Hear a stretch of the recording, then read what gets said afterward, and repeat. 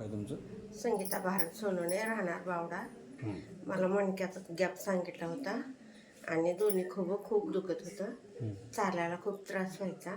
1 kilometre पण चालता येत नव्हतं. तुमच्याकडे आल्यापासून 4थ्या वेळेसच मला खूप चांगला फरक पडलाय. मणका किती दुखतो आता? मणका व्यवस्थितच झाला माझा. मणका काही दुखत नाही. दुखतच नाही. नाही दुखत. बधीरपणा होता पायाला तो तो कमी आलाय. कमी आला. आणि झोप शांत लागायली.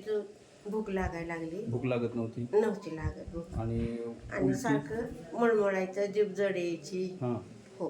आणि बोलायला असं घसा दाबल्यागत होत होतं. आता काही नाही. उलटी वगैरे नाही होत नाही. पहिले उलटी होत होती.